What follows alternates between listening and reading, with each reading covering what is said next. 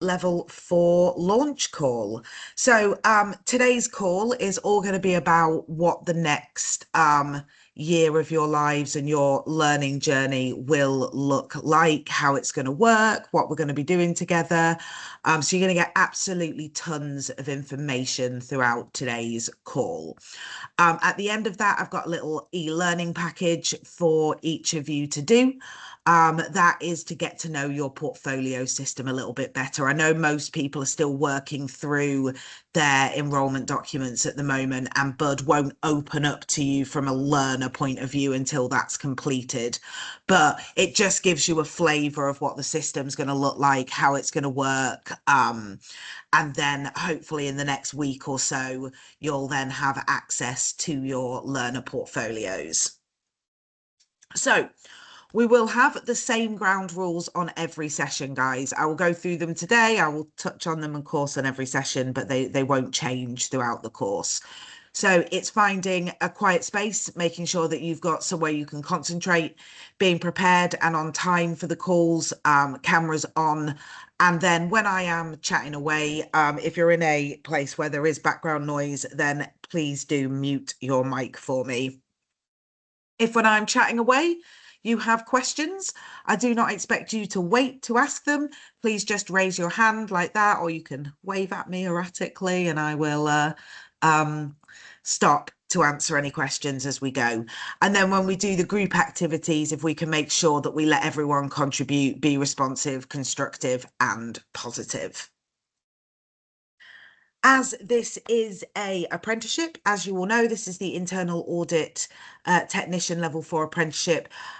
We will look at the following kind of wider curriculum areas as part of what you do. So British values, equality, diversity and inclusivity, safeguarding, literacy and numeracy, British values and prevent are all subjects that you'll touch on throughout that apprenticeship journey, and you'll do a wider learning journey that will give you kind of a short course in each of those areas, as well as it being embedded in the program. And that's kind of like something you'll get used to as the months go on with apprenticeships. It's kind of part of that whole framework.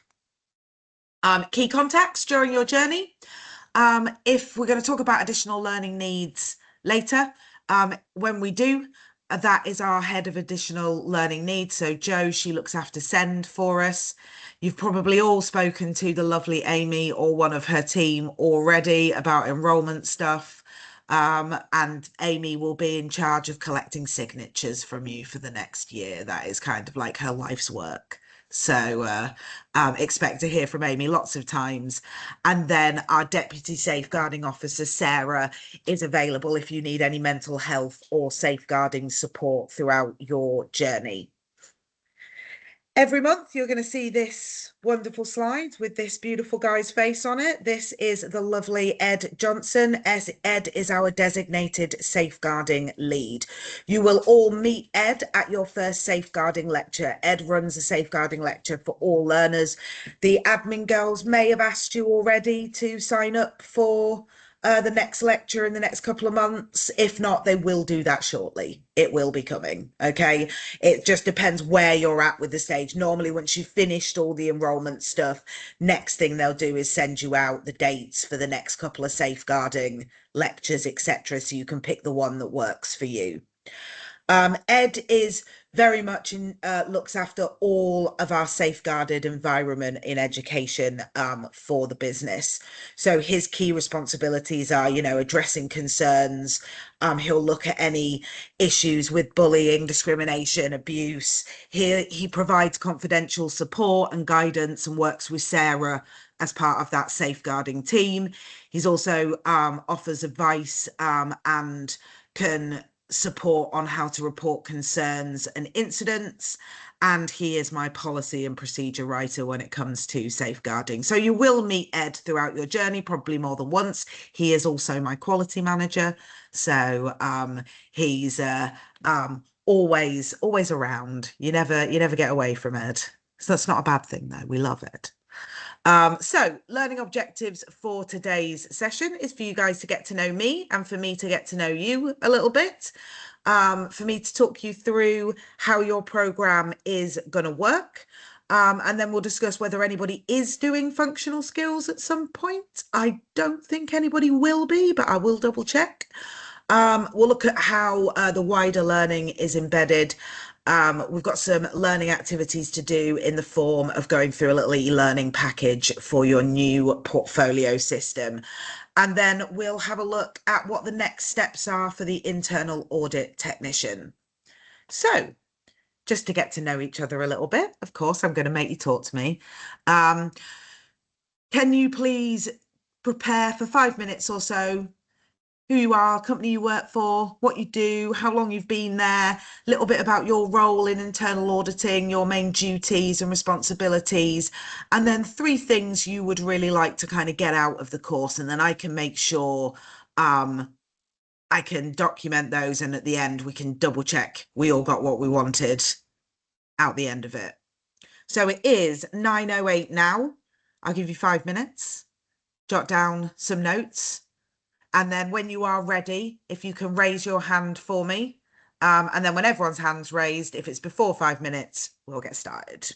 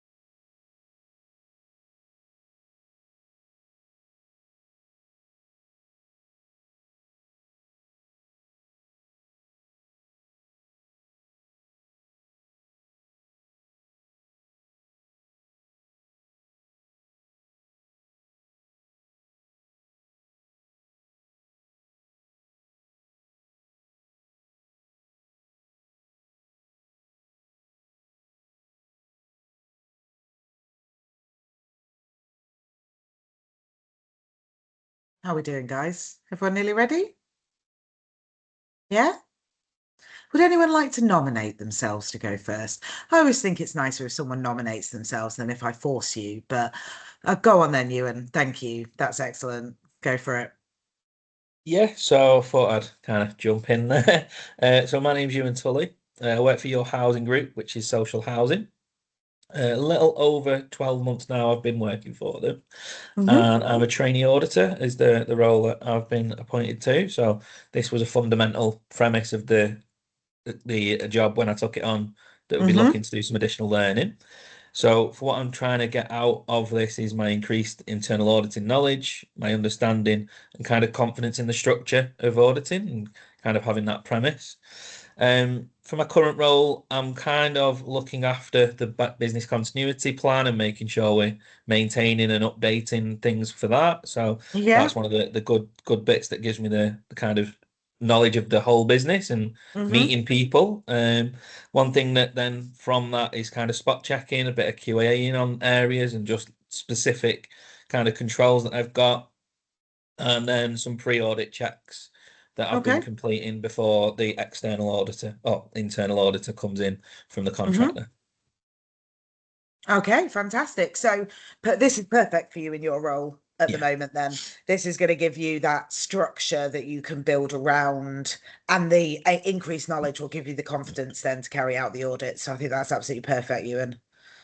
thank you. Fantastic. Thank you for jumping in first as well. That's great. Would anyone like to nominate themselves to go next? Jill? Go on then, I don't Jill. mind, yeah. Hi. Fab, thank My you. name's Jill Dennison. I work for Salford City Council in internal audit. Hmm. I've worked for the council for 32 years and 20 years in audit with an 18-month gap as a school business manager. Hmm. Um, what else do we need to know? Sorry. A little bit about your role. Yeah. So I'm currently a senior auditor, which I was a long time ago. And then when I left to do the school side of things, I came back as auditor. I've now Okay. gone back to senior auditor. So my role's been a little bit varied. For the last 2 years, I've been mainly doing school audits and SFVS returns, school financial value standards, if anybody doesn't know what they are, and school fund independent audits, the financial Okay. side, and Yeah. presenting a statement. Now that I'm back in a senior role, I'm doing more kind of supervision for the auditors. Um, we have somebody who's on an apprenticeship actually who's quite new, so it's sort of nurturing him through the auditing process, a bit like Ewan's going to be doing, I guess, getting some Yeah. support from other people. Um, and now my role is more to do with council-wide audits. So, and I also deal with fraud as well. So that's quite Okay. interesting. I prefer that side if I'm honest. But Okay. for me, I want to know, am I still doing things right? Because I'm old in the tooth and I've been doing things for a long time. Is there anything new that I can learn? And obviously the standards is a big thing for me with the new standards coming out. Are we compliant in what we're doing? So it'll help hopefully the team, not just myself. So that's kind of me. Fantastic. Yeah. And I think the fact this comes with the foundations of internal audit with the IIA built into it, that's going to give you that real standards element. What you'll do with me will be more looking at, because I know you've got two guys that are coming on the course with you. Yes, yeah. Are they two of your team then?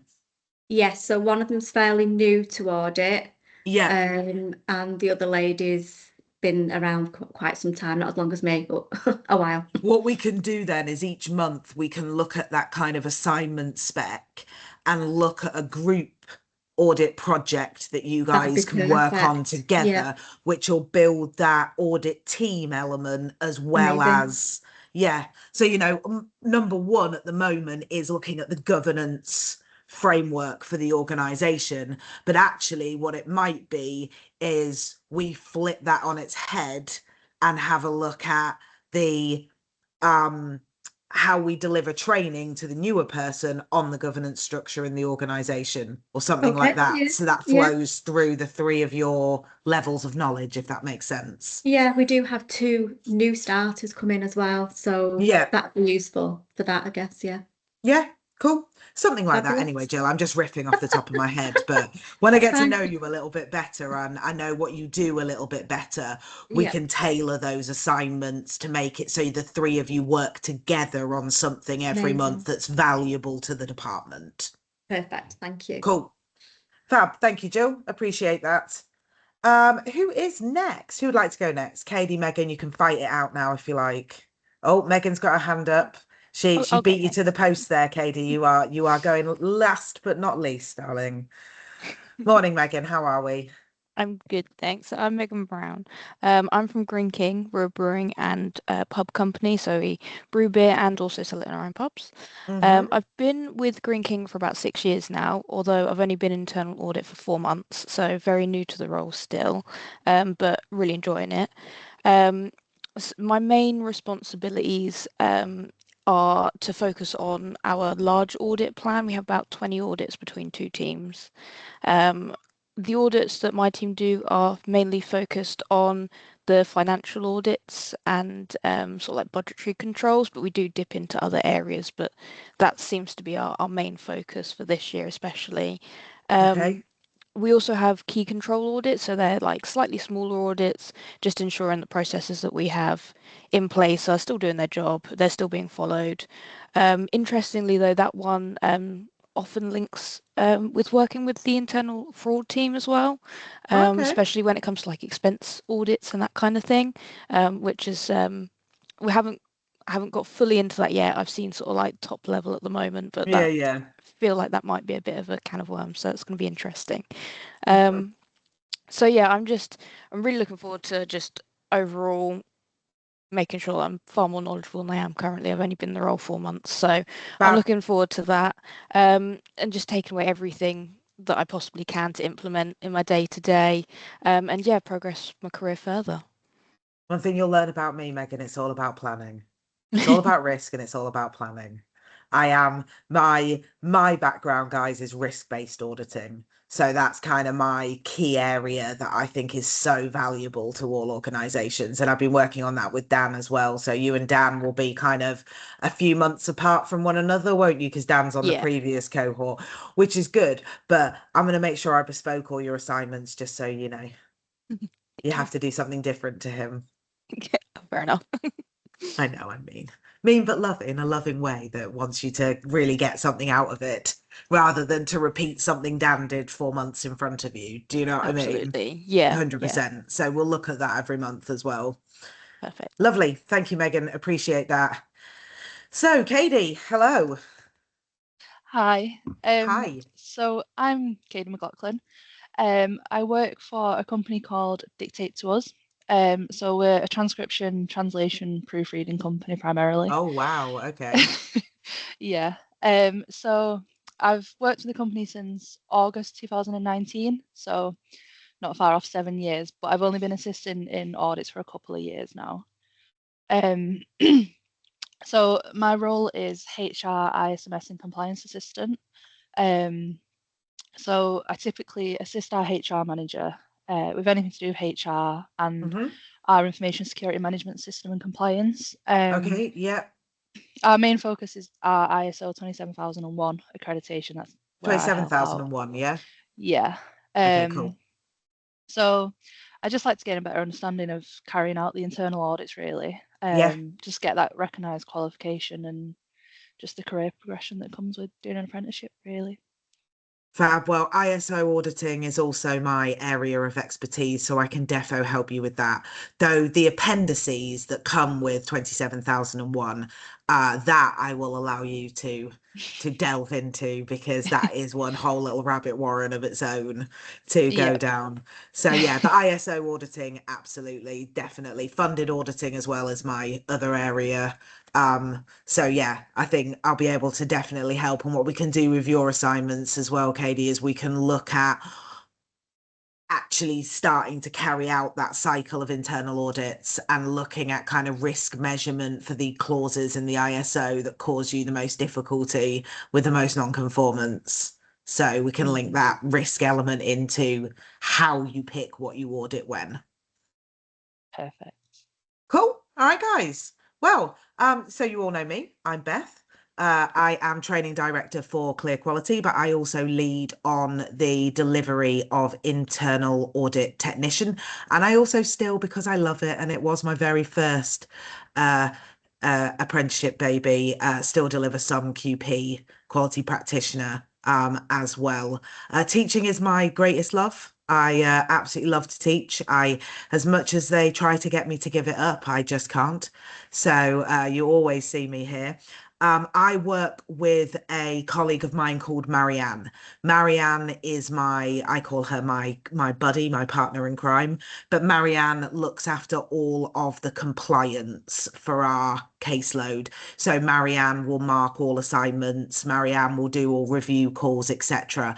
I am your kind of lecturer, teacher, subject matter expert in that sense. So you will have me and Marianne for your journey. Once your sign up element is all finished, Marianne will jump in and organise your review calls for the year with you and your direct line managers. And then she's available. She has like a little link that she sends. And if you need any additional support, you can just book a half an hour call with her. You can also book a call with me. It's slightly harder to get a call in my diary. So, expect it to be at 4:30 p.m. But you definitely can speak to either of us throughout the journey. I've been internal auditing, God, since I was too many years to talk about now. Areas of expertise when it comes to internal auditing come from my ESFA, Education and Skills Funding Agency background. So I've done a lot of funded auditing over the years, and also ISO. Clear Quality in itself is an ISO organization. So I do all the certification sign-offs for our certification body for ISO as well. So that's kind of my second area of expertise. So I hope that I can bring you lots of knowledge, sometimes a little bit of banter throughout the next year, make this not boring for you. I very much encourage conversation throughout calls. I don't want you ever to think that you have to sit in silence and listen to me speak. Your opinion is always valid. And if you have questions, I always want you just to ask them as we go along. Okay, guys? So I'm going to start now by talking about the apprenticeship. So we are doing internal audit technician. Now it's brand new. You guys know that this is the first month it's live as a new standard, and it is the replacement to internal audit practitioner, which has been closed for the last 15 months or so. We've not been able to do any sign-ups on that. It's a level 4. That means it is a higher education, so it's further education and same level as a higher national certificate / diploma in this country. You will be in training with me for the next 12 months. You will then go into training with the IIA, the Institute of Internal Auditors, for a further 2 months.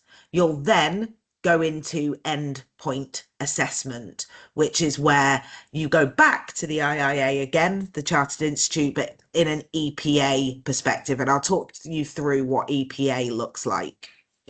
Do we have anybody under the call who is on the call who is under the age of 19? No? Excellent. That means none of you have to do functional skills. If you would like to and have some burning passion to do maths and English, then please do let me or Marianne know, and we can get you signed up for that. That is not a problem. But the government changed the rules about 14 months ago to say anybody over the age of 19, if you don't want to do it, you can just exempt yourselves and say, I don't want to do it. So you will have been asked at sign up whether you want to. If you do want to, then please do let us know. That funding is available for you. We can sign you up. Joe Morgan delivers functional skills for us, so it is available. But I'm going to go with nobody does. No? Okay, cool. That's fine. That means what I'll do for today is I'll skip through the functional skills part of the lecture, because there's no point in me telling you about how the whole functional skills elements works if no one on the call is going to be doing it. So the apprenticeship is funded via both the government and your employers, depends if you're levy or non-levy, where your funding comes from. So apprenticeships are mainly completed in your work time, okay? And if you're ever having any problems with that, you just need to let me know. So I'm going to talk you through how the training will be delivered, so you know what each month of the next 12 months with me and then the 2 months with the IIA are going to look like. Okay, it's going to be lots of different things in there that we are going to do. And it comes in what we call kind of blocks or bite-sized chunks of learning. Okay, so I'm going to walk you through each of those bite-sized chunks of learning now. So first of all, each month we'll begin with the lecture. The lecture is me as your subject matter expert. It is timetabled. So has everybody received the full timetable? I see Jill's shaking her head. No? Okay. When you guys are doing the next activity, I will download the timetable and send it out to everyone. Okay. All our sessions are on Microsoft Teams, and they're all kind of workshoppy. Okay. We don't do where you listen to Beth speak for 5 hours, because, you know, even I might lose the will to live listening to the sound of my voice for 5 hours. We jump out into breakout rooms. We do lots of activities and scenarios, especially with internal audit technician. And then when your sign up is completed, you'll have all of the materials available for the lectures on Bud, the Bud system. And what we'll do is at the very first lecture, when everyone's all done and we've got portfolios ready, I'll give you a little personal tour of your Bud versus the e-learning that you'll do today. But yeah, so lecture is the first part. Month number 1 for the internal auditing is looking at researching information and oh god, it went completely out of my brain there. Researching information and planning the scope of an audit. Okay, so we kind of build up each month with a different skill. Each lecture is a key skill that we're doing that month, and then we will move on next month to the next key skill on the list. Once you've done the lecture, you are going to be bought a lovely study book. I will get Gail to organise those for you once your sign-up's fully completed on Bud. And each month I will give you a chunk of your audit study book to read. And that's what your guided learning will look like for most of the course, guys. It's a really good study book, and it will support everything we're doing each month with the journey. So what will happen is Gail or one of my admin team will be in touch to get your address that you would like it posting to. It can either go directly to your work office, or if you want it posting to your house, it can be posted to your home address. The only thing we can't do is send you audio or Kindle books. I'm afraid it does not allow that. So if you did want an audio or a Kindle book, you need to come to me separately, because you kind of have to buy it and put it on your account and then send me the invoice, which I will then cover back, if that makes sense. But there just like isn't a way to send an audio or a Kindle book to somebody else's account. It just doesn't work. I've tried it many times and it fails every time. So if you do want audio or Kindle, do speak to me separately, and then we can have a look at how we organize that, depending on whether you want Amazon or iCloud. It varies. Once you've done the guided learning element, well, then I've talked a little bit about these already. Each month there will be an assignment. And the whole point of that assignment is that we're taking what you've learned and we're using it and we're applying it back in the workplace. Now, of course, for Ofsted and curriculum, I have got a generic assignment, a specification for every unit. And that may, for some units, be absolutely fine. And you might think, yep, that's perfect. That allows me to go back in and practice what we've done. For some units, you might look at it and think, actually, that's out of scope of my role, or I wouldn't be able to collect that evidence, or I'm actually working on this month and I'd like to make that fit this particular project. and then we can play with that assignment spec.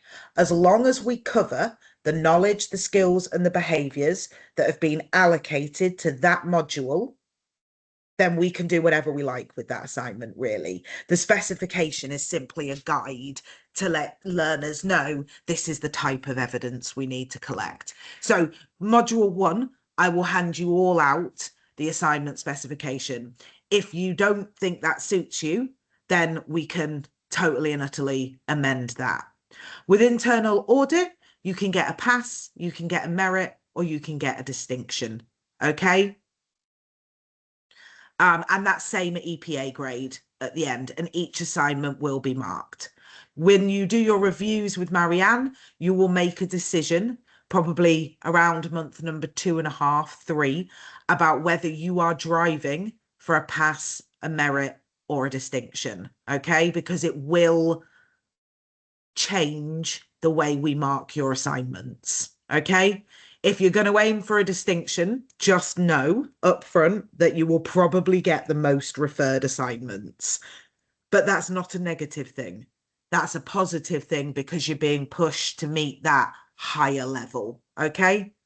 And as we go through each assignment, we'll talk about what the difference is between a pass, a merit, and a distinction. Each assignment that you do, you never get a fail, okay? You can't fail, you can get a referral, which might mean that you've missed something, or it needs a little bit more detail here, or you've decided that you're driving for a distinction at the end and you want to add some additional evidence to meet that requirement, okay? But there is no fail. There is just you have or have not met the KSBs. You do or do not need to add more evidence to cover them or up to the level that you want. Okay? And me and Marianne will both work with you all on that. So they're the first main 3 blocks. Okay? With internal audit, the assignments, they can be a little mini project that kind of happens each month, okay? And that's something that's important to know. Block time-wise, we block that out. Definitely block yourself out 5 hours for the lectures each month, okay? Guided learning will be about reading about 40 pages of your study book each month. So depends on how fast or slow a reader you are for how long that will take you. Assignment depends on month and depends on project that we pick for you to do. But the one thing I want you guys to promise me up front is we never do an assignment for the sake of doing an assignment. Everything needs to be real world context, because every assignment that you put in your portfolio that you submit builds your showcase for the end to show your endpoint assessor that you're competent, okay? And that's why we grade them as we go. That's why they're so valuable. So there's no point in doing a simulated assignment. A simulated assignment isn't usable for EPA. So that's why I always link back to that assignment needs to be valuable, it needs to be real, and it needs to be done at work, okay? That's really important element. Then each of those assignments, you do 12 of them. By month number 12, you've got a beautiful portfolio of evidence with 12 marked and fed back assignments in it to showcase to the EPA, here's my competence in each of the duties in the standard. Okay? So super important element. The other element that you'll get, it's an apprenticeship, I touched on it a little bit earlier, is that wider learning. Okay? So wider learning is the one element that I can take what we call RPL, or recognised prior learning. So some of you in your organisations might do a yearly health and safety update. Yeah, it might be an e-learning package they send out to you. Could be an EDI update. Could be information security basics or GDPR or data protection update. If you do those and you have a certificate that is within the last 12 months for any of the subjects on the screen, bar safeguarding, I will accept that certificate and I will clear that module off for you. Okay, you just need to send me over those certificates. I'm not here to make you do mandatory training you have to do at work. If you don't do those updates at work and you haven't had that training within the last 12 months, you will have to go through and do each of the modules. Okay, the Particular modules, safeguarding, accuracy matters, and healthy relationships, which I can't see on there, but yeah, healthy relationships is another one, are lectures.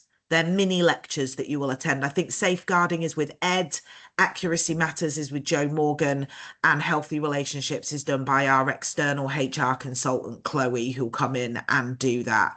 So there's 10 modules in total. It says 4 hours allocated per month. Depends on the month. Yeah, accuracy matters is 90 minutes. Healthy relationships is 90 minutes. Employee wellbeing is about 45 minutes. So it varies with the wider learning from month to month. Some of the are slightly larger. Health and safety is, of course, a bigger e-learning package. So there's e-learnings and lectures in there that you will attend throughout the course, but you'll be allocated one every month to complete. Okay, and you just complete that one. And the admin team will be in touch to book you on the 3 lectures. They run every month, those lectures, while you're on program. So you just have to go once to each one during the life cycle. And if you do it early, and it say safeguarding shows at month number 10 in your portfolio, if you do it early, that's fine. You can still upload it. You just upload it, you clear it off early. Okay. So they will give you probably next month's, the month after that's dates for all 3 lectures. If those don't work, don't worry, there will be more dates. Okay. So yeah, so that's what each block with us will look like. So the lecture is timetabled. I will make sure everyone's got that timetable today. The other 3 elements are the bite-sized chunks. You can pick them up and you can put them down throughout the month as you go. The key to this, guys, is staying in month or in block, okay? Because each one is a key subject. So when we move to the next block and after you've had the next lecture, we're on another key subject.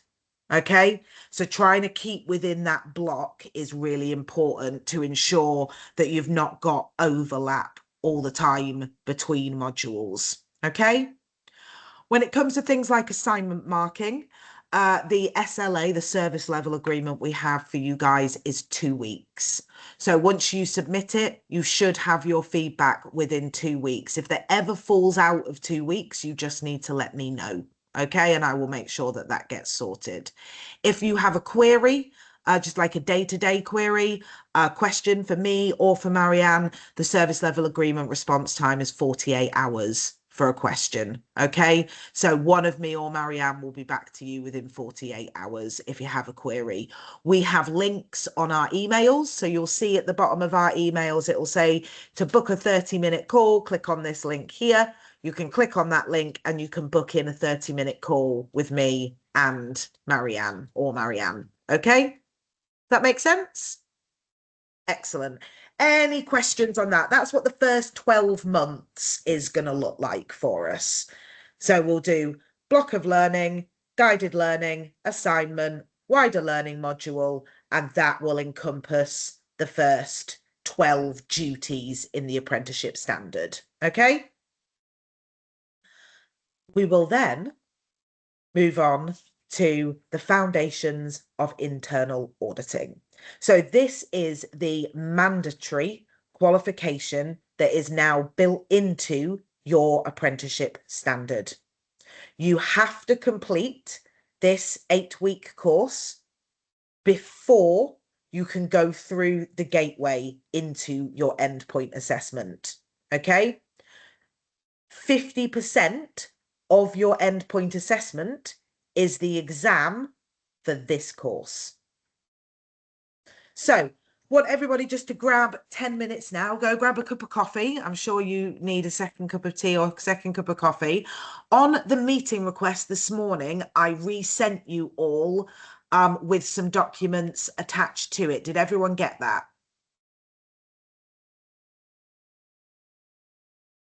Yes? Sorry, I couldn't see you for a second there because I was opening it. Yeah, excellent. On that document, you will see a attachment called the FIA handbook. Yeah, it's a PDF And then you will see a spreadsheet attachment on there called the FIA Clear Quality Cohort Schedule. Okay. So I want you just to open up both of those documents, take 10 minutes to just have a read through and check your timetable. It's all organised and booked for you. It's all paid for out of your levy funds, so you don't need to worry about anything like that. And basically that's the course you will go on with the IIA. Those are your dates and lecture times for that course next year. Okay, so I just want to make sure that you all just take 10 minutes to absorb Foundations of Internal Audit, what you will be doing, and then make sure you put those dates in your diary so that they are booked out. The IIA, and I love the IIA, and I've worked with them for years now on an internal audit, are invariably slow at sending admin. So you will most probably receive the actual meeting request to log in a week before the course begins. So just to make sure nothing overlaps with that, because what I can tell you from my knowledge of the IIA deliveries, it's much better to attend those sessions live. Okay, if you don't attend them live, you won't get out what you need. Basically, the way they have a tendency to do it with the previous two quals that I've worked with them on is the lectures will be a summary and a Q&A session of the modules that are delivered with a little bit of teaching, and there'll be pre-reading for each of the modules that you've got to go on. So if you do the pre-reading, then you don't turn up to the lecture, you can't get involved in that activity of learning and talking about the things that were complicated or you didn't understand and that were difficult. So for that one, I would really advise making sure, if you can, attending all of the lectures live is super important. Like, it's super important to come and see me live as well, but you know, I much prefer that too, but this is one that's got an exam at the end of it, so it is really important that you attend it live. So it's 9:44 now. Do you want to grab a cup of tea, cup of coffee, have a quick read through the book, and I will be here and you can shout me if you have questions as you go through? Yeah, cool. Everyone go grab a cup of tea or a refresh drink, and I will see you back in 5 minutes, and I will be here for questions.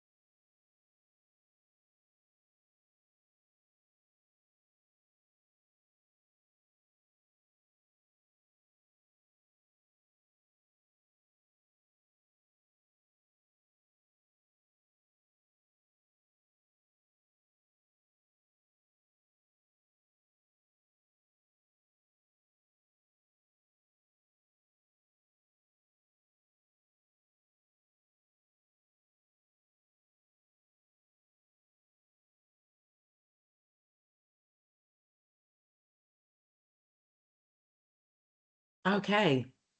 Any questions, guys, on the foundations of internal auditing? Any worries about the timetable, anything like that? No? All making sense? Excellent. Okie dokie. So, during your apprenticeship journey, you will have what we call tri-party reviews. These will be what Marianne runs. They'll be every 8 to 12 weeks. So you'll go on a cycle of every 8, every 9, every 10, or every 11 weeks. And Marianne will plot out your whole year with you and your line manager. In that review, you will go through progress with your apprenticeship standard. You'll go through progress towards your endpoint assessment. You'll look at the guided and wider learning.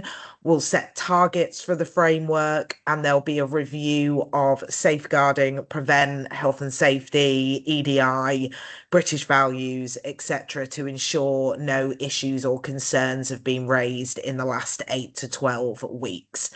Your employer will always be invited, and it is really integral that they attend. Jill, will you be the manager for your 2 learners that will be on with you? Will I be what, sorry? Will you be their mentor for the programme? No, they'll be separate. all 3 of Okay. us are doing it, yeah, Okay, individually. fab. That's great. So yeah, there'll be feedback from all 3 parties on how everything is progressing. You'll do a skill scan, which you'll look at how you've improved on learning those knowledge, skills, and behaviours. And we track that throughout the apprenticeship. One of the things that the government want from us, in the sense of, they're releasing this funding for you to be able to do your apprenticeship courses, is that you guys learn significant new knowledge, skills, and behaviours as part of that apprenticeship programme. So that's why we measure them via that skill scan at each review point, and it's to make sure that we're always growing and that we're always learning. Okay. It's also the point at which you will be organised if you'll get off track. Marianne will give you an action plan to get back to track, and you'll have them all set up for your entire, but that doesn't mean that they're not flexible and changeable in the month that they're happening. Okay, so if Marianne plans out a year and you get to October and you've got one booked in, but it lands in the middle of the holiday that you booked a month ago, then of course she'll work with you to move that and make sure it's on a date that's suitable. But we like to plan them out so that everyone's got those points in their diary for the entire year. So expect to receive those through at some point in the next kind of 3 or 4 weeks. So that's tri-party progress reviews.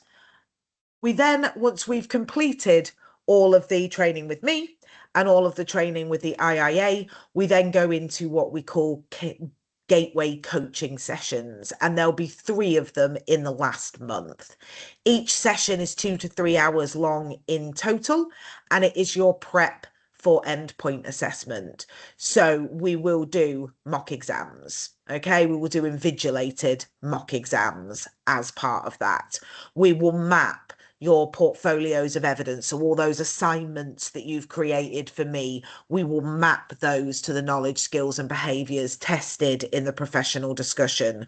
We will have practice run-throughs at that professional discussion. Okay. And then we will organise any reasonable adjustments that you might need for your EPA, which is personal to each person. And we do that during the last month. So when you go through the gateway, you are prepped and you know what that assessment is going to look like. So your endpoint assessment is, we can only put you through once you've done at least 12 months of training. You've got to have completed the minimum number of hours allocated to the programme, which is 418. You've got to have a portfolio of evidence. You've got to have either done or exempted yourself from functional skills. And then you've got to your manager as well as your trainer have got to sign off to say that you are ready to go through the gateway. Now, I keep talking about the gateway, and the gateway is a metaphorical door, guys. It isn't a real gateway that you get to walk through to go into EPA, okay? There isn't this mythical apprenticeship gateway somewhere in the UK that you all get to run through. No, it's a metaphorical computer system gateway that we put you through. And then once you go through that, you're handed over to your endpoint assessor, okay? Then you will have your specific assessment plan in which you will go through, okay? So for the internal audit technician, you have 2 assessments, okay? Both assessments are weighted 50-50, so they're both equally weighted against each other. You can get a pass, a merit, or a distinction at each assessment. If you want a distinction, you must get a distinction on both. If you want a merit, you must get a merit on both. If you want a pass, you must pass both elements. Okay? Element number 1 is a 60-minute professional discussion over the portfolio of evidence that we generate each month as part of the course. And that's why those assignments are so important, okay? The second assessment is the examination that comes at the end of the Foundations of Internal Audit course. And that's why you sit the course so close to the gateway, because I don't want you to have a massive period of time from being in the 5-part course with the IIA to when the exam will actually run. Okay, so that's why we do it as the last 2 months, because then you come back to me, we do our gateway prep, you go through the gateway, and your exam can be the following month. Okay, so that's why it's in that order. And they're both, again, weighted with those 3 criteria: pass, merit, or distinction. So that's what endpoint assessment will look like for you guys. Okay. And your standard, I know there's a lot of news on the market about how endpoint assessment is changing and all the rest of it at the moment for apprenticeships. Because your standard is brand new, there is very, very little chance that assessment will change before you go into EPA. But actually, it's quite a good assessment. It's a quick one. You know, some of the EPAs have got 20-week projects to run, which means their EPA just seems to go on forever and ever and ever. Whereas for you guys, with the fact it's a professional discussion and an exam, once you're through that gateway, you can be done within 4 to 6 weeks of submission. Okay, the maximum time period you will get for submission will be 12 weeks. Okay, so that's just important to know that that is your maximum time frame from once that you go through that gateway and you're accepted into EPA. The IIA, I've worked with them now for 3 or 4 years on EPA. They are very proficient. Yeah, slow at sending out logins to things, but very proficient at organizing EPA. I know them very well, so they will look after you during that EPA process.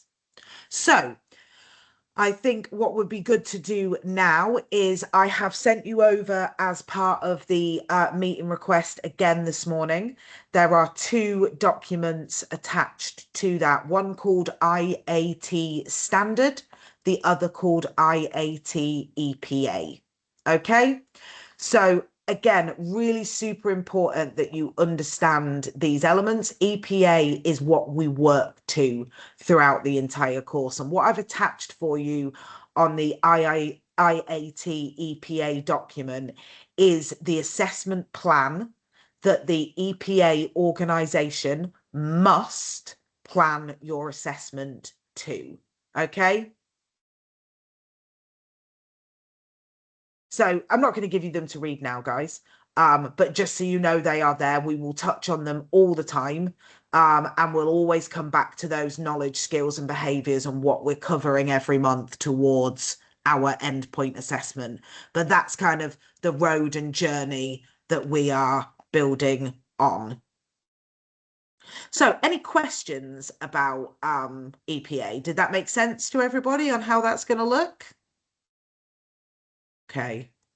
So I'm now going to hammer you with some questions just to make sure you were listening. So how long is the training that we're going to do? Anyone can jump in, but if no one jumps in, I will pick a name. So how long will we be in training?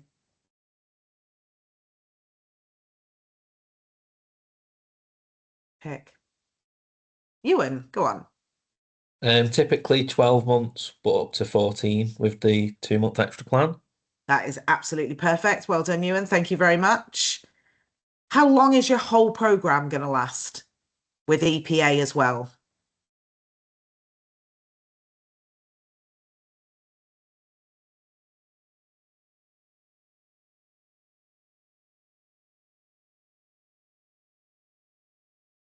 Oh, I'm making you do maths. I know. My cruelty knows no bounds.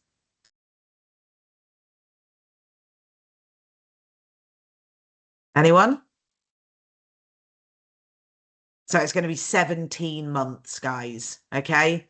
You've got 12 months in training with me. You've got 2 months in training with the IIA. You've got 3 months to complete your EPA. Okay. You can bring that in as early as 6 weeks with the EPA. So you could drop that time down to 15.5 months if you want to. But the maximum time period you'll be on program is the next 17 months.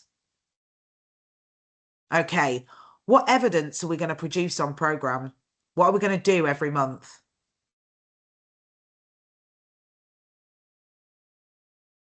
We've talked about it, guys. Meg, go on, KD. The portfolio evidence assignment. Yes, so every month we will do a piece of assignment, which is a piece of evidence for our portfolio. Okay, super important element of our journey.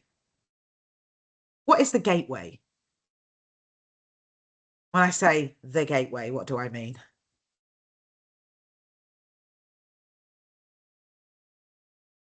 Megan? The metaphorical gateway of once you've done all the evidence and you walk into that Yeah. final part Yep. of the yeah. Yeah, so the gateway is just going into endpoint assessment. It's kind of a stage we pass through, in a sense. Fantastic. Thank you, Megan. What do we need to do for our endpoint assessment? Jill, I'm going to chuck this one at you. What do we do for our endpoint assessment?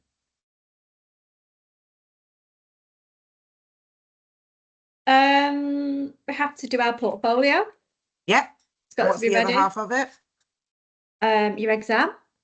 Yep. No, So we've got our that one. endpoint assessment, Right. we've got our portfolio, with our discussion and our exam to do at the end. And the overall question, when should we be completing our apprenticeship work, guys? During work time. Yes, that is correct. During work time.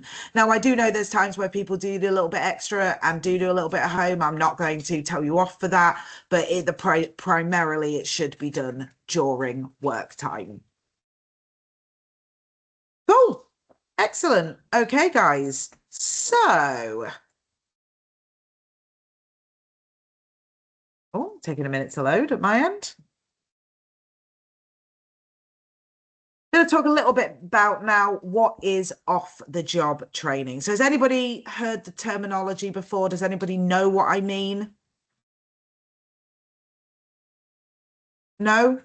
Okay, so off the job training you are now going to hear a lot. We also call it OTJ, okay, because we're too lazy to say off the job training every time. So we call it your OTJ record, okay? OTJ is what the government want us to prove that you have done towards your course by hours wise by the end of the program. They allocate a certain number of hours to each program. We don't get to pick that, okay? And for internal audit technician, it is 418 hours that they put on the total. So off the job training calculates as 2 separate entities that will run alongside your program. One is everything you do for me, any lectures, any assignments, any guided learning, any wider learning, anything that you do for the apprenticeship counts as off-the-job training hours, okay? Everything that you do at work that is either new or learning classifies as off the job while you're on the course.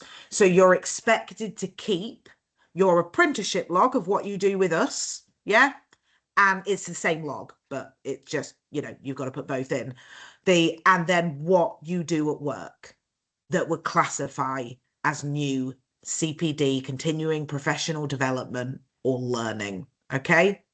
Marianne will work with you a lot on OTJ. I call her the OTJ police, by the way. She's very policey when it comes to OTJ. But basically, OTJ is you need to tell me what you learned from it. If you can't tell me that you learned anything from it, it's not off the job training. It's business as usual. Yeah? So you might be doing a new audit that you've never delivered at work before in a new subject area to you. Yeah?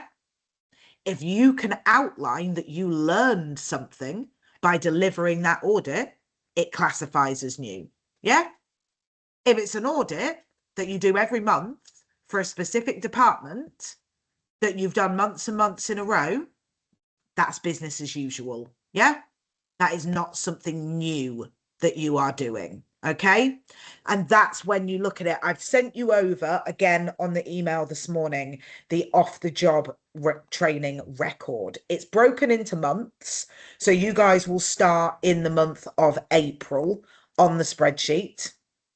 And then it's going to ask you, and I've put like a little example in there for you, the top row, which you can delete. Yeah. It's going to ask you what you learned from the activity and how it applies to your job role. It's not my job to say to you that is or isn't off the job training and your workplace. If you can justify to me what you learned from it. Okay? That is the key to getting off the job right. If you walk away from an activity and it was just something bog standard that you do all day, every day, it's not off the job. Yeah. And Marianne will check every single record, okay, to make sure that it meets those requirements, because we've got to present that record at the end to justify the funding that we've taken down. It's your employer's role to provide you with the opportunity to embed and learn the new knowledge, skills and behaviours that we give you as part of the lecture. So we need to keep a record of you doing that, and you'll get used to it. Yeah. When it comes to the system, you just keep one record for each month, tot it up throughout the month, and you do one upload for that month that says, right, I did 40 hours this month. My spreadsheet is attached. Marianne will then go through and check that spreadsheet. And if she's not sure that something meets off the job, she will question it, because that is her, you know, her job. That's what she's there for. Make sure it's right. Okay. So that's what I want you to always think about when you think about off the job. Did I learn something from that activity? If I did, and I can apply it, it doesn't need to be specific to internal audit, because a job is a job. It's operating in an organization. You might be sent to do a specific conference on something and you learn this, this, and this from it, and it will apply this way to your job role. That's absolutely fine. Yeah. As long as you can say, this is what I will do with what I have learned, and this is what I have learned from it. That is the key to getting off the job right. So for today, when I ask you to do the off the job, we won't be able to upload it to Bud, but we can start, open our spreadsheet, put our lecture in for today, and it's going to say, what are the 2 key things that you took away from today's lecture? Okay. Cool. Any questions on off the job, guys?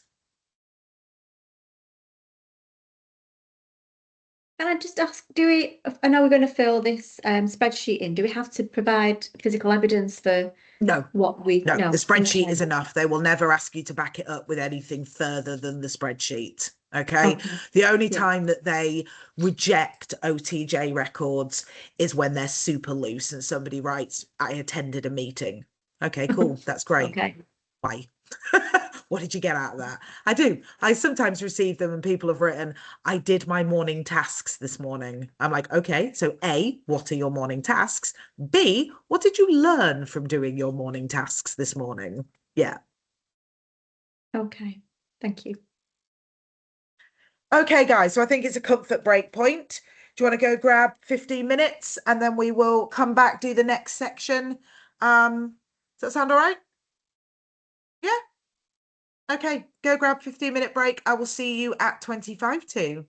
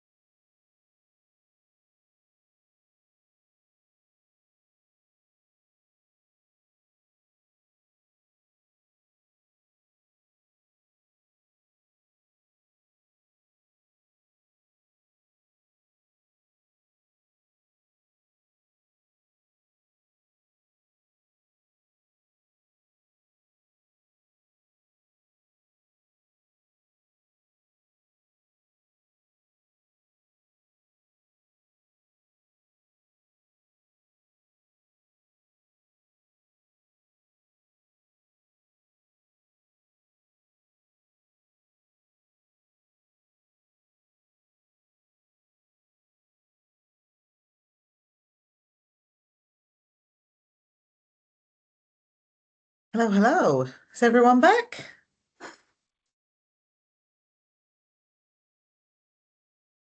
Excellent. So, guys, any questions from before the break? Anything that you want me to talk about in a little bit more detail? Can I just ask about the job training? Of course. I'm a governor at local school, and we Yes. attend safeguarding training and the likes as a Yep. mandatory thing. So is that classed as off the job training then, or not? Absolutely. Yes. Fabulous. As long as you can Okay. tell me what you learned from it. Fabulous. Okay. Thank you. Excellent. And also for that, if you can provide me with those certificates, then you can log that off your wider learning. Fabulous. Yeah, that's Cool. great. Thank you. Brilliant. Thanks, Jill. Yes, Ewan. Mine's not a question. I'm just going to Okay. apologise. My That's all cat right. has decided he wants to now join as well. So if you see my screen shaking, he's bugging my monitor. Oh, So it's okay. I've had to come upstairs during the break because Jelly Beans decided she wanted to come in from the garden, which just ensues madness downstairs.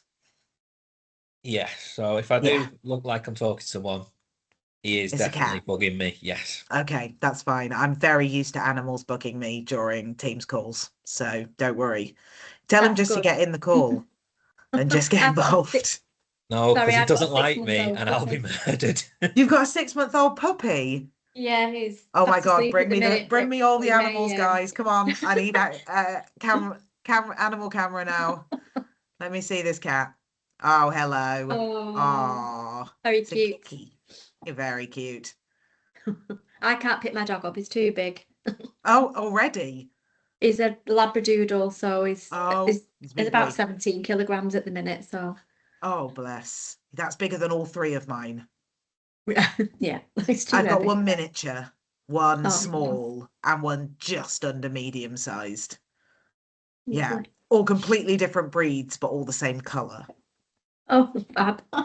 Oh, he's chewing the table leg now, so that was Of good course, he's a timing. puppy, and yeah, that's what they Right. do. Eat everything in sight. I don't miss those days. Mine are all like 5 and 6 now. So Oh, they've passed the stage of eating everything in the house. I wish I could say that, but hey, we don't Yeah, ever.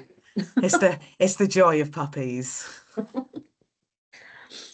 Okie dokie. So I'm going to skip past the functional skills bit, guys, because none of us are going to be doing it. So that would normally be the section we would cover next.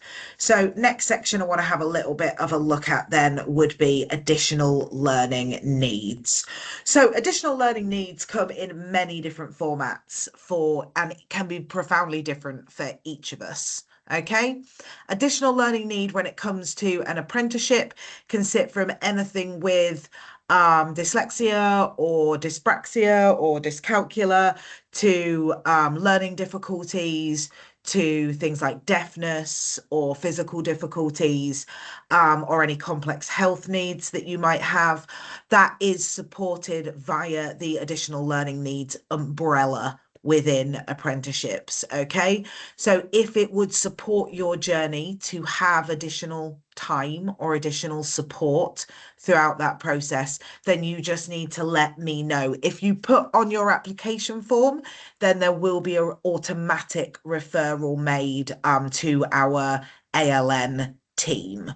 Okay, but as far as additional learning support goes with apprenticeships, if you want additional time, you just need to ask for it and have a reasonable justification for that. We'll then put you through an individual assessment. Okay, that's a requirement of us providing additional time. And that'll kind of look at all those areas. So kind of any medical or educational history that might be applicable, learning styles and preferences, current performance, social and emotional well-being, and then support services and a support plan will be put in place. So when it comes to those individual assessments, those allow us to document and organise what additional support we can do. And there's two routes that can go down, really. One is that myself, Marianne, or one of our internal team can provide whatever support it is that you need for your programme. The second would be that we work with partners called Clear Links, who actually, even though we're Clear Quality and they're Clear Links, we are not the same company. They're a national provider of SEND support to independent training providers, schools, colleges, and universities. So if your need is more than we internally can provide, then we will make the referral to Clear Links, and Clear Links will work on a support plan with you. But I don't want you to think that that support isn't available to you during your apprenticeship program, because it is. Okay, all you have to do is ask for it, and then we can get that organised for you. So additional learning needs, please do just document and let me know anything that you need for that. One of the other events that can happen, and we all have lives, so stuff does happen in 17 months. Okay, we all know that life can change a lot in a year.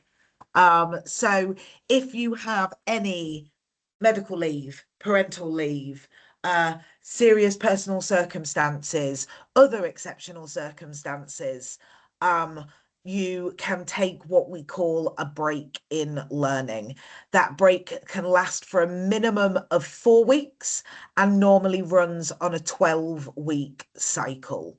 Okay, you can have a maximum of 1 year in total. Okay, gives you the opportunity, you know, if a bereavement happens or something like that awful, that you can take a little bit of time away and it pauses the clock for you while you do that. Okay, if I do not hear from you in 8 weeks, if I email you, if I'm talking to you, if I'm trying to get you to attend lectures and do assignments and you are radio silence, I will put you on a mandatory break in learning after 8 weeks. I cannot legally continue to draw funding down from the government if you are not attending. Okay, so if you go, if you start to ghost me at any point, you will start to receive letters after about, not letters, emails to you and your manager after about 6 weeks saying we haven't heard from you, and an automatic break in learning will be put in place in so many days if we haven't had any active learning recorded. Breaks that I can't give you for. So if you come to me and say that you are really busy at work and you need a break in learning, I am not allowed to give you a break in learning for that. Okay. Your employer is signing a contract to say that they will allocate you the time to work on your apprenticeship during your program time. Okay. If you're off sick, on holiday, got bank holidays, there is no break in learning for that. You can ask me for an extension if you feel one of the activities set in the system you won't be able to get done by the date because you've got a 2-week holiday, which happens all the time, guys. Then we just amend the dates in the system and organise it to be realistic to when you can get the work done around that holiday that will happen. Okay, if it's a short-term sickness, anything less than 4 weeks, then again we can't use it. If it is long-term sickness and goes past the 4-week line, then yes, it can be used for a break in learning. Okay, so I just, I don't want any of you to take a break in learning. And the annoying thing about taking a break in learning is you don't come back on with the same cohort. So you kind of get to know your team quite well over a period of time. If you take a break, your team isn't taking a break with you. Okay, they're going to carry on each month, which means you will join program back with another group of learners at that point. Probably still be me, but it will definitely be a different group if you take a break. So that's only one of the downsides of taking a break. One of the things also that I forgot to mention earlier that I should totally mention is that one of you, whoever feels the most brave, should organise to put together a like WhatsApp group or Messenger group or something where you can all chat about homework, course, support each other. Yeah, it's always nice to do that. You can do it in Bud, but if you do it in Bud, it is monitored. Okay, the whole system is monitored. Okay, whereas if one of you leads on setting up a WhatsApp group, you can all support one another and, moan about how annoying I am and how much work I give you to do without me being able to see it, basically. So that's just a nice thing to do. Some groups do it, some groups don't do it. Absolutely no pressure if you don't want to, guys. Just one of those things I recommend. Sometimes it's nice to be able to ask the rest of the group what they're doing for their assignment this month, what ideas they've had. You know what I mean? If you're stuck with something, sometimes it's nice to reach out. Somebody else is in the same position as you. Cool. Okay, so Beth, can I just Yes. ask, my two colleagues, will they not be on the same group as me then? yes, they will be. They just were on annual leave today, weren't they, for the call? Yes, they're off. Yeah, Yeah, so they'll okay, get a that's fine. video of this call to watch Amazing, back. but they'll be They'll get included the in. documents and the e-learning to do, and then they just catch up for our module 1 call. Fabulous, thank you. Fab. Okay, guys, so what I call a code of conduct. So basically, this is our commitment. This is what we are looking at the whites of each other's eyes today and agreeing to. Okay, we must be in learning every 4 weeks. Okay, every 4 weeks is how I draw your funding down from the government. Okay, if you have not done any learning, I should not be drawing funding down. That's why we have that 8-week mandatory break rule if I don't hear from you. Okay, so you know, each learning month can be flexible. Okay, you might have 1 month where you're super busy and on holiday, but so you only record 10 hours that month because you've done the lecture and you've done some guided learning, but you've not had much chance to do anything else. You might have another month that's packed with learning and you've done loads at work and loads at home. So we need to make sure we record every 4 weeks, and we need to make sure that we hit that average of around 24 to make sure that we hit our 418 target at the end. At least 70% of those 24 hours I am going to give you to do every month, between the lecture, between the assignment, the guided learning and the wider learning. Of those hours you need to record, I am going to give you a big chunk of it. So the smaller chunk is what you're applying and learning and doing work that is new. Okay, if you book a one-to-one session with me or Marianne, please make sure you attend. We do get people booking sessions in our diaries and then not turning up. So if you book one, please do attend. If you book one and you can't work out how to change it or cancel it and arrange it, please just email us and let us know that you need to rearrange the call that's been booked in the diary. Okay? You've all been amazing today with cameras. Sometimes people are, sometimes people aren't. Cameras are your ID, okay? That shows that it is you attending the call. All calls will be recorded, okay? You will have a private YouTube channel that only you and the delegates in your group will have access to. It is not searchable on YouTube. Nobody else can get in those videos. Only the 8 of you in total, once everyone has joined by module 1 will have access to those videos. Okay, those videos will be available to you for the entirety of your course. So if at any point you want to watch a lecture back, or you just missed me and the sound of my voice for a little bit, then you will be able to jump on that YouTube channel to see all of your lectures. And it probably normally on a Friday after you've had a lecture, the admin team will upload and issue out the links to all the calls that have run that week. As I said, all calls are recorded. I will tell you, because I'm an honest to the point person, which you'll all learn about me over the next year as we're together, it's so much better to attend your lectures live if you can. Okay, it is not particularly exciting to watch a lecture back. There are 2 things that are not great about watching lectures back, and that's why I don't want you to get into the routine of doing it. Okay, one is that when we go into breakout rooms, you can see nothing. Okay, it's just an empty main room, or looking at the trainer while the trainer is waiting for people to come back from breakout rooms. You can't be involved in them. The camera doesn't move with the rooms. The second is you will also need the presentation file, because for some reason, when you play a video in Teams, it doesn't record on the recordings. So if you're going to do it as a watch back, you've got to have the presentation as well in case there are any videos to watch, because then you've got to click into the presentation to be able to watch the video, because all you'll get on Teams is a blank screen while the video runs. It's a copywriting thing, because the videos are copyrighted. It means it can't record them, so it doesn't. Okay, so that's why I don't recommend watching it back. There will be a lecture where you're on holiday, yeah, and that will happen at some point over the next year. So you will watch at least one back, all of you. That definitely always happens to everyone.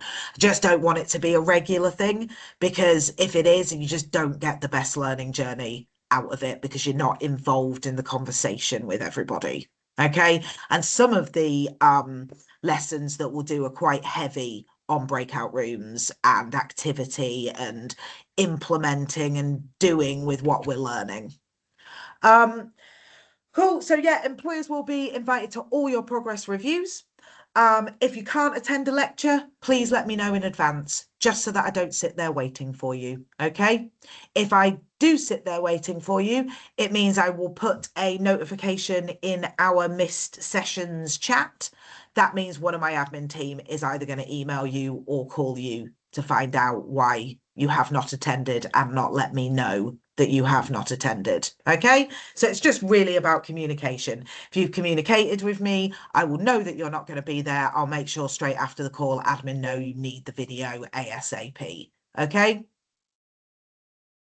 What I can tell you about doing an apprenticeship, guys, I've been doing this for a long time now. Bite-sized chunks is the name of this game. Do a little bit every week. If you leave it all for 3 weeks, you will be overwhelmed by the amount that you have to fit in. So if you can do it where twice in a week, you can put a 90-minute or 2-hour slot in your diary where you can work on your apprenticeship work, that's perfect. I have some people that come in, say they do an 8-4, yeah? They come in at 8, but they finish their day-to-day at 3. And then spend the last hour of each day collating and organising their apprenticeship stuff.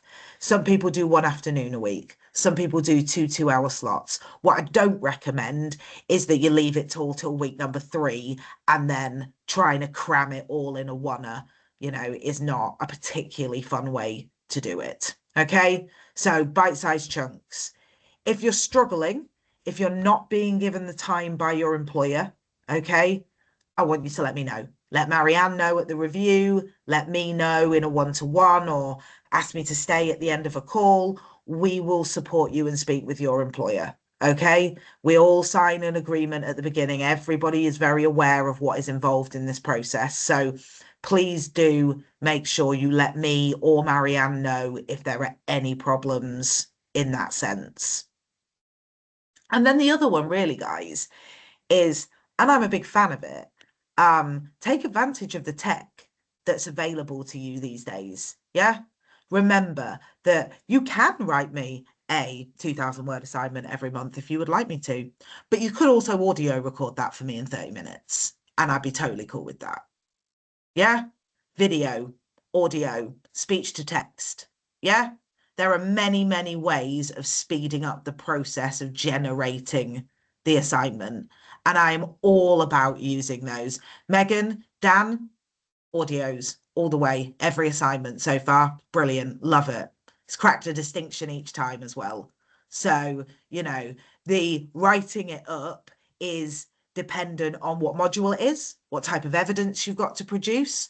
But I am all about audio, video annotation. I'm all about you using tech to make this the easiest for you. If your learning style is to write, I am not dissing that in any way whatsoever. That's totally fine. I am just saying that this is an apprenticeship. This is a work-based occupational qualification. Yeah. This is about your ability to evidence to me that you can do your job.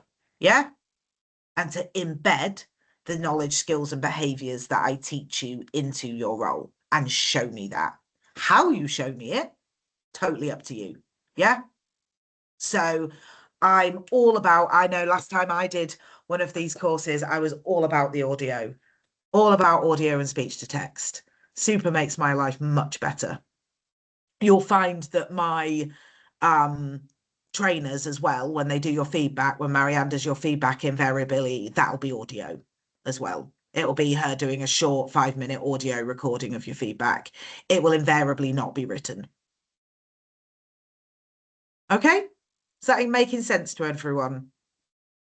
Has anybody got any questions? Does anybody feel that anything I said there was in any way ambiguous? No? Excellent. Okay. So I will keep you on track with our, subjects, assignments. Marianne will keep you on track when it comes to our OTJ reviews and feedback. So just so that you guys understand a little bit about how our industry and your course will be regulated, we as education providers have 2 regulators that will come in randomly every 3 to 5 years, whenever they really please. It's kind of up to them. And they are Ofsted, who you will have all heard of. Okay, we had our Ofsted last summer. Got a grade 2 across the board, which we were really, really pleased with for a first inspection. And then there's the Education and Skills Funding Agency, which is currently being handed over to DWP and will change shortly to DWP. Ofsted look after the quality of the delivery. Yeah. So is what we're delivering to you meeting the revised education inspection framework? And they will come out at regular points throughout our life cycle to check that. We're not due one at the moment. Doesn't mean one won't happen. If it does, then that means they could want to interview you. They could turn up to lessons to see them be delivered. They could look at your portfolio of evidence to see the assignments and the feedback that you've done. They could want to talk to your employer. We never know until they appear on the day. As auditors, you guys will know that external auditors, when they turn up, they have their sample plan ready of what they expect to see. And if you're on it, you're on it. So Education and Skills Funding Agency look after the funding. Okay, they look after your money, so the funds, and to ensure that they are protected and safeguarded. So they come out every 3 to 5 years. They'll pick a big sample of learners. You'll never meet them, you'll never see them, and they'll review every piece of paperwork and every funding payment and everything that we have done with you from a compliance point of view from start to finish. So I get those 2 types of external audit regulation. I get delivery and compliance and funding.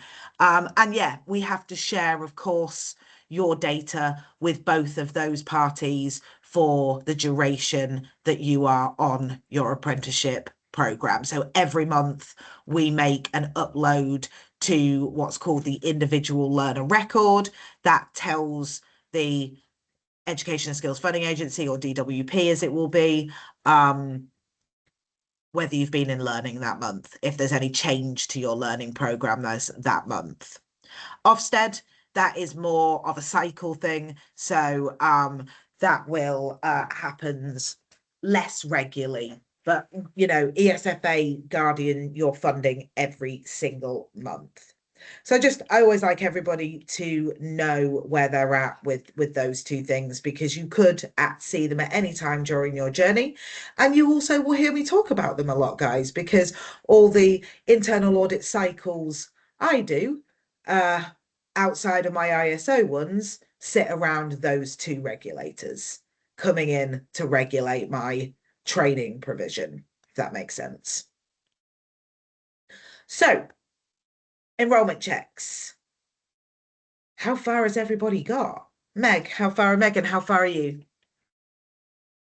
I have done everything that was on the link that we got sent Lovely. on the dashboard, so that was all done. So have you done your Maths and English initial assessment? I didn't get a link to that. You haven't got a link to that yet. Okay, No. cool. So I'm just going to make some notes and go back to admin after the call. Have you done your skill scan where you graded yourself 1 to 5, 1 to 10? I can't remember doing that. I've done everything that was sent Okay, so it the initial looks like link, you and that's guys haven't it. got your next stage enrollment stuff yet, which is skill scan. Has anyone done skill scan? No? And initial assessment. So I am very sorry that I have to make you do the initial assessments. This is entirely the ESFA's fault. I would like to lay them at blame for this. They make us do this with you. Once you've done them, I will promise not to make you do any more maths and English after that point, but I do have to make you do that bit. Have you all sent in your CVs, job descriptions, and hours? I can see Ewan's nodding, Jill's nodding, Katie's shaking her head, Megan's shaking her head.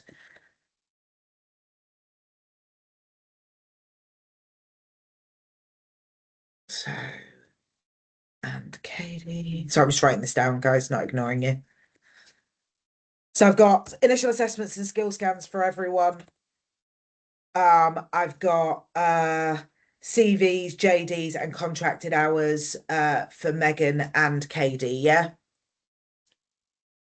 Lovely. Okay, so I will speak to admin team while you're doing your little bit of e-learning in a second, and I will make sure that those things are issued out for you as soon as possible.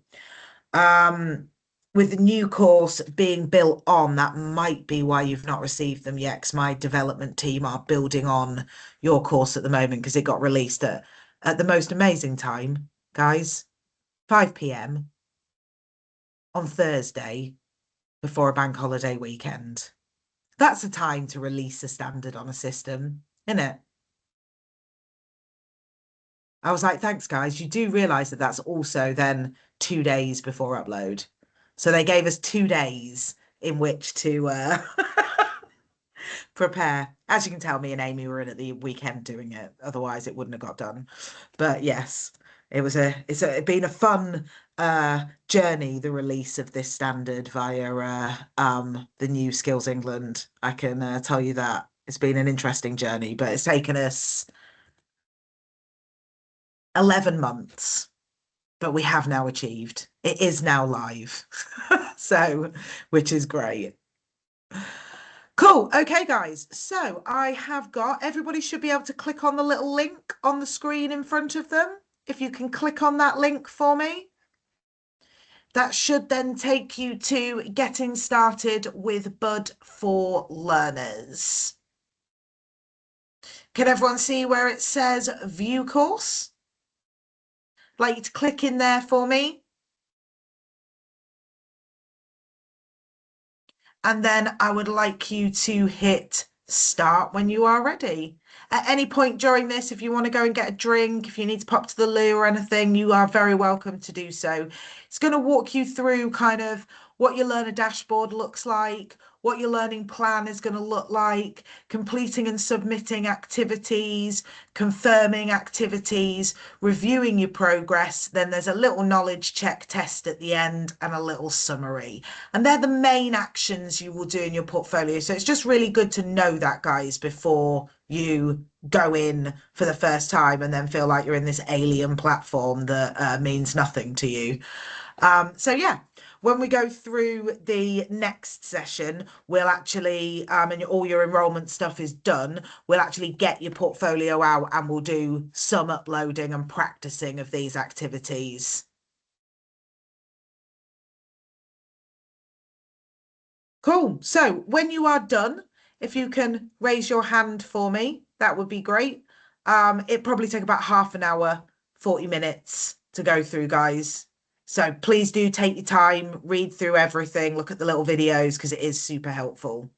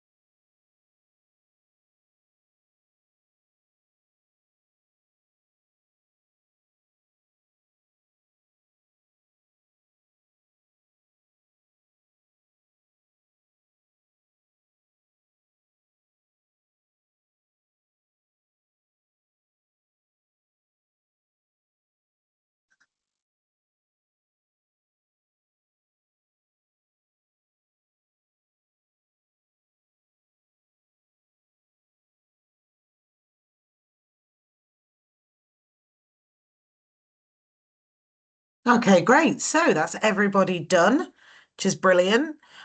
So now, guys, if you can go back to the meeting request I sent you this morning. On there should be your first attached the off the job record. If you can open that off the job record up for me.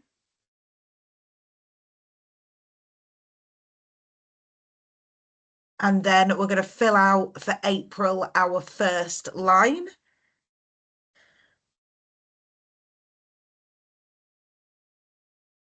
So hours wise, it's only going to let us do 3 hours. So we're going to be finished for 12 today, guys. So I think we can just put 3 hours on. Yes, Ewan.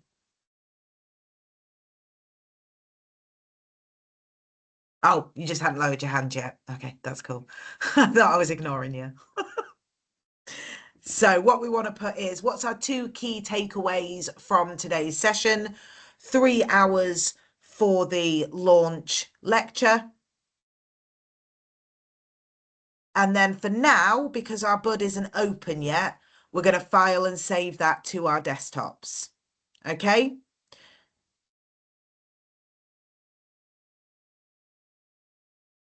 I spoke to admin while you guys were doing your thing, and yes, the reason you haven't received the skill scans and the initial assessments is because they are currently still building your course onto the system.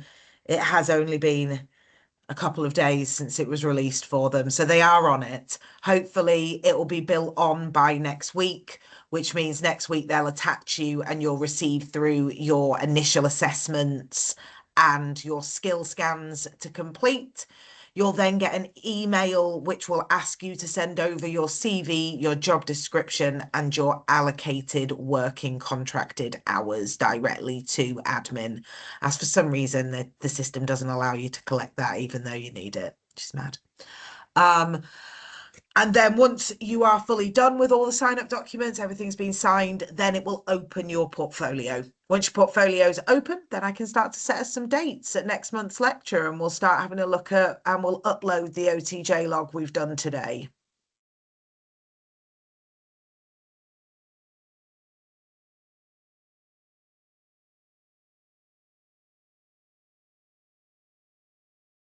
Beth, sorry. I know Yeah. we've got this spreadsheet that we're filling in, but in part of that learning thing that we've just read, it says something about there's a tab within Bud to record the Oh, yeah. OTJ. So one thing I will teach you is to wipe that from your memory from this point Okay. onwards.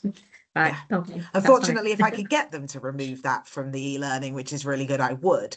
But that off the job tab is the bane of my existence. So we're we will using this never one. upload anything in there Okay. because it just goes into the ether.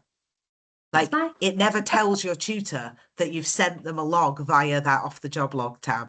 So unless all of a sudden I have 8 telepaths that work on the team that can all of a sudden read Bud's mind to know that they exist, we use the spreadsheet.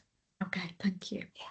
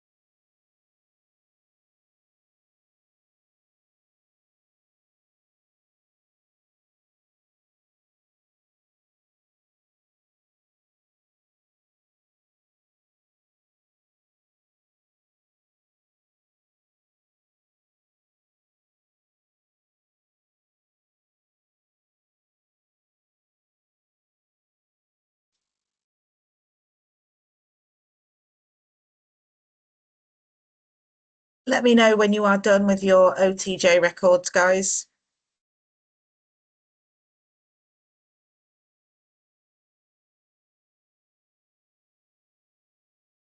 Is that a nod from everybody? Yes, you and kind of nod. Megan kind of nodded. Jill, are you done? Yeah.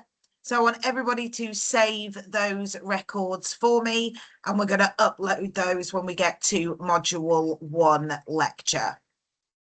So guys, as there wasn't all 8 of us on the call today, it's a little bit shorter because normally we have a lot more people to introduce and a lot more things to discuss at the activities when we have more of us on the call. So we are all done for launch call today. You will meet the rest of the guys at the next call. There is going to be 8 of us in total at module 1. I'll make sure I send out, because I completely forgot to do that while you were doing the thing, send out the timetable now for everyone, so you've all got that timetable straight away. Can put that in your diaries. Yeah. And then if you have any questions about what we've been through today, about the course, about anything, then you are very, very welcome to email either me or Marianne, and we will get back to you as soon as possible. Or you can click on the link and book a half-an-hour slot with us if you want a one-to-one. So any questions before we finish today, guys?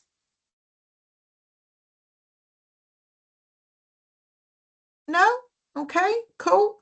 So I was just going to see if I could upload it in the chat for you. Sometimes it lets me, sometimes it doesn't. No, I don't think it's going to let me. I'll email it. I've just downloaded the timetable, so I'll email it now. Cool. Well, it was absolutely lovely to meet you all. I'm really looking forward to spending the next year doing internal audit stuffs with you. So, yeah, any questions, give me a shout. I'll see you at Mod 1. Thanks, Beth. Thank All right. you. Thanks, Bye, guys. everyone. Bye. See you later.